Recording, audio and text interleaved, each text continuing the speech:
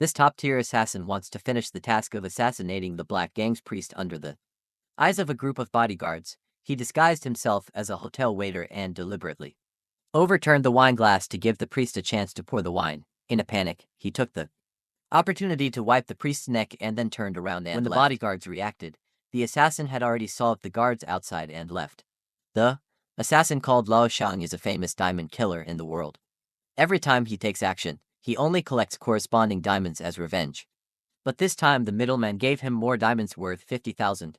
The purpose is to let Lao Shang assassinate a new drug dealer, Bao Luo, but what he doesn't know is that Bao Luo is the bait released by the police. His purpose is to get a jinn, who is hidden in the dark.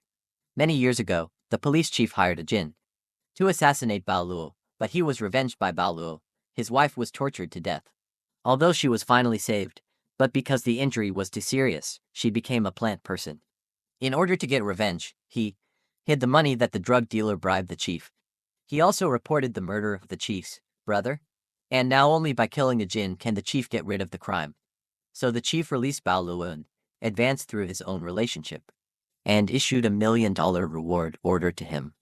The chief believed that when he heard the news of Bao Luo, a jinn would definitely show up, because he can't let the murderer who killed his wife go unpunished. As expected, on the day Bao Luo was released, a jinn appeared on the high building opposite the court. However, when he aimed at Bao Luo and was about to shoot, Lao Shang happened to drive to the scene. A jinn's bullet hit Lao Shang's car. The sudden shot made Lao Shang lose his target and lost the best time to shoot again. He drove away from the scene immediately. But a jinn didn't want to let Bao Luo go. He walked down the building with a gun and wanted to kill Bao Luo up close, but he didn't have time to shoot. He was shot in the arm by the police who had been ambushed in advance. Unfortunately, a jinn had to give up the assassination and ran away from the scene. Lao Shang, who was destroyed by the mission, was very depressed. He called the middleman to ask for the specific reason.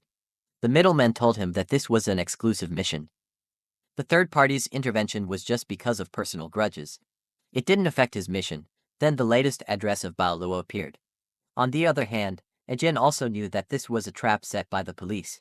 But he didn't care. He wanted to avenge his wife. He rushed to a warehouse where Bao Luo might be.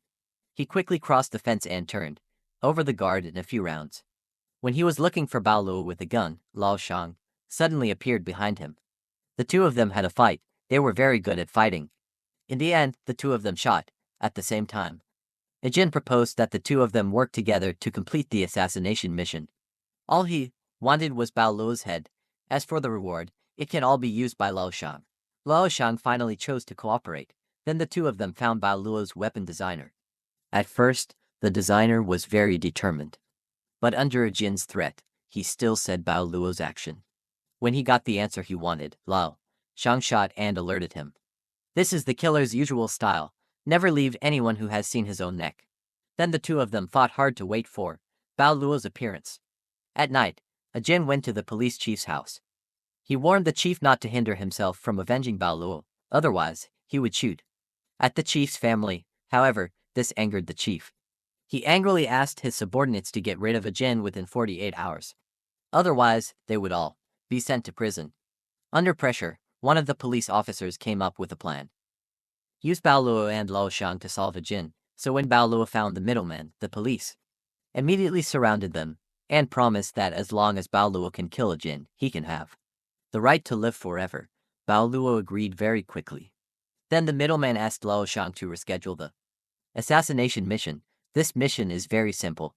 All you need is Lao Shang to lead a jinn to the designated position. You can get a rich reward. Lao Shang wanted to refuse this mission. After all, the two have been allied, but he still chose to accept the high reward. The next day, he led a jinn to the government office. As expected, Bao Luo's figure was found here. But when a jinn was about to take action, the police who had already ambushed him rushed out. A jinn was stunned by a police officer. Until then, a jinn learned that Lao Shang had betrayed him. After the mission was completed, Lao Shang just got the reward. He received a call from Bao Luo. It turns out that Bao Luo has found Lao Shang's residence. And at this time, he is holding on to his girlfriend, letting Lao Shang change her name. However, Lao Shang didn't care at all. When he returned home, he was in a state of panic. Ning Yu was also brutally killed by Bao Luo. Angry Luo Shang found the He used middleman.